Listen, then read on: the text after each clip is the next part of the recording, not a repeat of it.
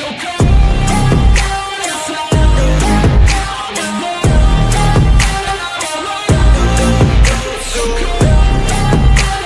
मित्रों, स्वागत है आपका मेरे यूट्यूब चैनल शुभम गुरुजी क्लासेज में। आज हम पुनः हाजिर हैं आपके लिए एक और नए वीडियो के साथ, जिसका टॉपिक है सिंथेसिस यानी कि नाउन फ्रेज एंड अपोजिशन का।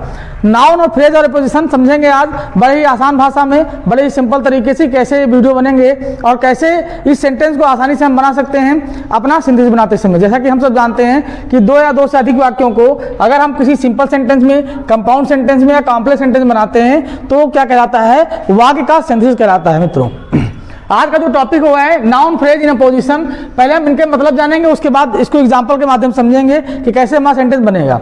सबसे पहले मित्रों अगर बात की जाए नाउन की,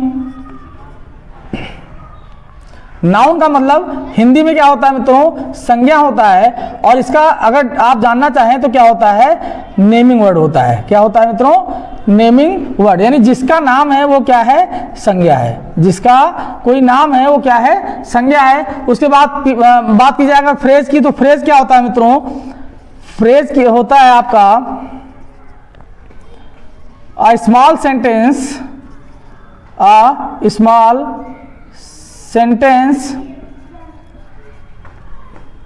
without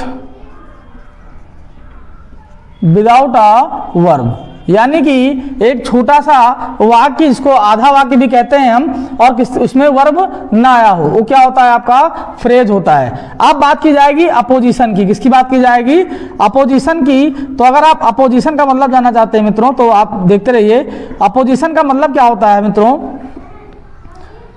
हिंदी में इसको अंग्रेजी में कहते हैं साइड बाई साइड। क्या कहते हैं मित्रों, साइड बाई साइड कहते हैं। और इसका हिंदी में अर्थ होता है एक के बाद एक, यानी कि एक के बाद एक चीजों को हमको क्या करना है, सेंटेंस में रखना है, तो हमारा सेंटेंस क्या होगा, आसानी से बनता रहेगा। सबसे पहले हम जान गए कि नाउन क्या होता है आपका। इसमें एक चीज और जान लीजिएगा, इसकी पहचान की अगर बात की जाए, अगर इसकी बात की जाए मित्रों पहचान की, तो आप जान लीजिएगा कि ऐसे वाक्य जो एक ही व्यक्ति या वस्तु के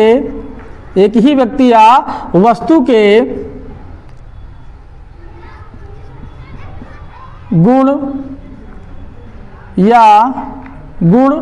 या दोष या उनकी महानता के बारे में बताते हैं। क्या करते हैं, एक ही व्यक्ति के गुण या दोष या उनकी महानता के बारे में बताते हैं। ठीक है, ऐसे वाक्य कहाँ में बनते हैं, हमारे नाउन फ्रेज इन अपोजिशन में बनते हैं मित्रों। तो आइए मित्रों कुछ एग्जांपल के माध्यम से समझते हैं कैसे हमारा वाक्य बनेगा। जैसा कि आप सब देख रहे हैं, मैंने एग्जांपल यहाँ पहले से लिख लिए हैं, इसलिए ताकि समय बचे आपका भी और हमारा भी। तो आइए मित्रों एग्जांपल के माध्यम से समझते हैं। आपने नियम रूल्स पहले देख लिए हैं, तो देखेंगे यहाँ पर लिखा हुआ है Milton was a famous English poet, he was blind. देखो मिल्टन के बारे में बात की जा रही है कि वे प्रसिद्ध अंग्रेजी के कवि थे और वे कैसे थे, अंधे थे। आप सब जानते हैं मिल्टन जो है 42 वर्ष की अवस्था में अंधे हो गए थे और बहुत अच्छे कवि हुए हैं। इनको अंकल ऑफ इंग्लिश पोएट्री भी कहा जाता है। तो बात किसी हो रही है, मिल्टन की हो रही है, नहीं ये नाउन है आपके। मिल्टन कौन है आपके, नाउन है, तो इनको हम क्या करेंगे, पहले लिख लेंगे। क्या लिखेंगे, मिल्टन, फिर कामा लगा देंगे। फिर क्या लिखेंगे, हम मिल्टन फ्रेज लिखेंगे, आ फेमस इंग्लिश पोएट, इसमें कहीं भी वर्ब नहीं आ रहा है, तो हम क्या लिखेंगे, आ फेमस, क्या लिखेंगे, आ फेमस इंग्लिश पोएट। फ्रेज का मतलब ये होता है कि उसमें वर्ब ना है भाई, तो क्या होगा आपका, अ फेमस इंग्लिश पोएट। यहाँ भी क्या लगाएंगे, कामा लगाएंगे, और बाद में हमको क्या लिखना है, अब ही नहीं लिखेंगे सेकंड सेंटेंस का, क्योंकि यहाँ पर मैंने मिल्टन पहले ही लिख लिया है। तो हम क्या लिखेंगे, वॉज ब्लाइंड। क्या लिखेंगे, वॉज ब्लाइंड। इस तरह से आपका ये जो वाक्य है आसानी से बन गया, यानी कि Milton a famous English poet was blind. Milton एक प्रसिद्ध अंग्रेजी के कवि अंधे थे।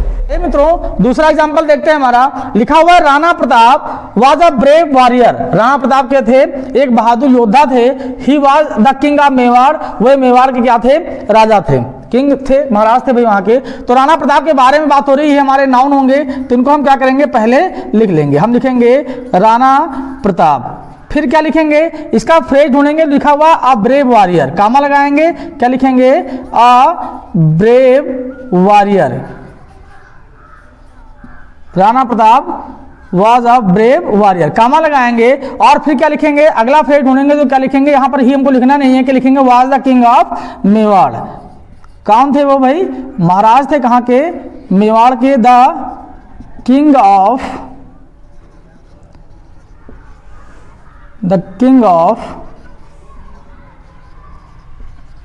मेवाड़। तीसरे एग्जाम्पल चलते हैं मित्रों, लिखा हुआ Sheela was my daughter, Sheela मेरी पुत्री थी, शी वॉन अ प्राइज, उसने पुरस्कार जीता था।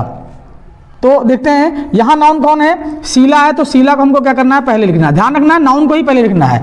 क्या लिखेंगे हम, शीला लिखेंगे, फिर क्या लिखेंगे, वाज नहीं लिखना है हमको, क्या लिखना है, फ्रेज, माई डॉटर, शीला कौन थी, मेरी पुत्री थी, तो हम क्या लिखेंगे, माई डॉटर लिखेंगे, उसके बाद क्या लगाएंगे, कामा, फिर क्या लिखेंगे, आप सी लिख लिया क्योंकि शीला हमने लिखा है, फिर उसने क्या किया था, पुरस्कार जीता था, तो जो जीता था उसको हम बाद में लिखेंगे on a prize, on a prize, अंत में लगाएंगे फुल स्टॉप, सेंटेंस कंप्लीट हो गया।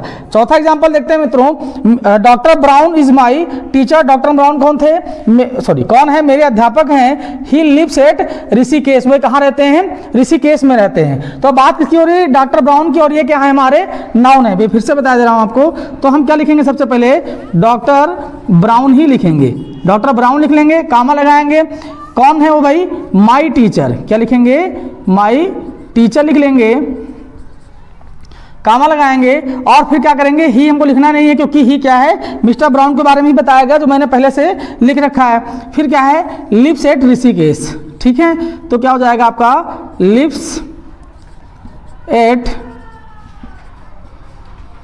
ऋषिकेश।